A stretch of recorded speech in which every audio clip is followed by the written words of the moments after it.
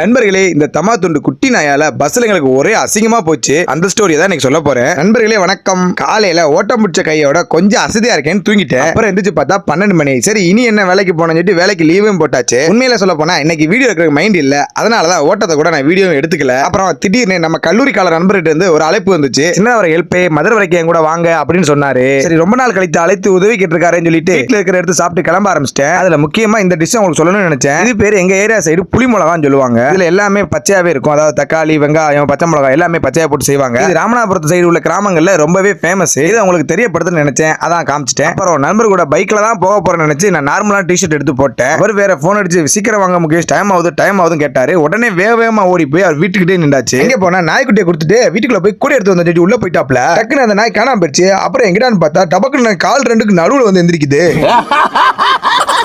இந்த ஸ்டோரியில நம்ம இந்த நாய்க்கு வச்ச பேரு டாமி. இந்த டாமி கூட தான் இந்த வீடியோ ஃபுல்லா டிராவல் பண்ண போறோம். நண்பர்களே, இந்த குட்டி அவ்வளவு துருன்னு இருந்துச்சு. இதை கொண்டு போய் மதுரையில அவர் ஃப்ரெண்ட கொடுத்துட்டு வரணுமா, அதான் இன்னைக்கு நம்மள கூப்பிட்டுருக்காப்ல. இதுக்கே நண்பா என்னைய கூட்டம் கேட்டா நீ பெட் ஷாப்ல ஒர்க் பண்றீங்களா, அதனாலதான் உன்னைய கூட்டி போறேன் அப்படின்னு சொல்றாப்ல. நண்பர் கூட எடுக்க போன கேப்ல நம்ம டாமி கூட கொஞ்சம் விளையாண்டு வீடியோ எடுத்துக்கிட்டாச்சு. டாமி வீடியோ எடுக்கல, மூஞ்சில நக்க ஆரம்பிச்சாப்ல. அப்புறம் கூட எடுத்துட்டு கூடைக்குள்ள டாமியா போட்டுட்டு இங்க இருந்து விறுவிறுன்னு கிளம்பிட்டோம் பரமக்குடி பஸ் ஸ்டாண்டுக்கு. நம்ம நண்பர் நம்மள பைக்ல கூட்டி போறேன்னு சொல்லி ஏமாத்தி கூட்டி வந்துட்டாரு. போன இடத்துல நம்மளுக்குன்னு ஒரு பஸ் ரெடியா இருந்துச்சு. ஆனா நாய பஸ்ல கொண்டு போலாமான்னு நமக்கே தெரியாது. எல்லாமே நம்ம நண்பர் நம்பி தான் போறோம். இவர் தான் நமது நண்பர். இவர் ஒரு லாயர். அது மட்டுமின்றி செல்லப்பிராணி விரும்பி. பஸ் கிளம்பி ஸ்டார்ட் ஆச்சு நண்பர்களே. ஸ்டார்ட் ஆன ஒரு 10 நிமிடங்களில் பாட்ட போடவும் ஸ்பீக்கர் பக்கத்துல வச்சிருந்த நம்ம டாமி சவுண்ட் கொடுக்க ஆரம்பிச்சிட்டாப்ல. பஸ்ல உள்ளவங்க எங்களை திரும்பி பார்க்க ஆரம்பிச்சிட்டாங்க. எனக்கு ஒரு மாதிரி ஆயிருச்சு நண்பர்களே. பஸ் கண்டக்டர் நல்ல டைப்பா இருக்காப்ல. விடு தம்பி பாத்துக்கலாம் அப்படின்னு சொல்லிட்டாரு. வெற்றிகரமாக மதுரை மாட்டுத்தாவணி வரைக்கும் டாமியை கொண்டு வந்தாச்சு. இப்ப அடுத்த டாஸ்க் என்னன்னா மதுரை மாட்டுத்தாவணில இருந்து ஆரப்பாளையத்துக்கு பஸ்ல கொண்டு போனோம். நம்ம நண்பர் சாதாரணமா கூடையில காய்கறி வச்சிருக்கிற மாதிரி தூக்கி போய் பஸ்ல உட்காந்துறாரு. ஆனா நமக்கு கூச்சு அதிகமா இருக்கிறதால நம்ம எதிர்த்தாப்புல கேஷுவலா நின்றுக்கிறது. டாமி எல்லா பஸ்லயும் கண்டக்டர் விசில் அடிக்கிற மாதிரி சவுண்ட் விட ஆரம்பிச்சிருது. எல்லா பஸ்ஸும் எங்களையே திரும்பி பார்க்க ஆரம்பிச்சிடுறாங்க. எப்பப்பெல்லாம் அந்த டாமி கத்துதோ அப்பப்பெல்லாம் அந்த டாமி எடுத்து அதுக்கு ஆறுதல் பண்ணி நண்பர் அதை கூடைக்குள்ள வச்சிருவாரு. இப்ப என்னன்னா கடைசியா ஆரப்பாளையம் வந்தாச்சு. இந்த இடத்துல தான் டாமிய நம்ம நண்பரோட நண்பர்கிட்ட கொடுத்து விட போறோம். இப்பதான் தெரியுது நம்ம நண்பர் நம்மள கூட தூக்கிட்டு வரதா கூட்டி வந்திருக்காரு அப்படின்னு. கடைசியா நம்ம நண்பரோட நண்பர்கிட்ட டாமியை ஒப்படைச்சிட்டு ஏதோ மிஷினை முடிச்ச மாதிரி 2 பேரும் வீர நடை போட்டு வந்தோம்.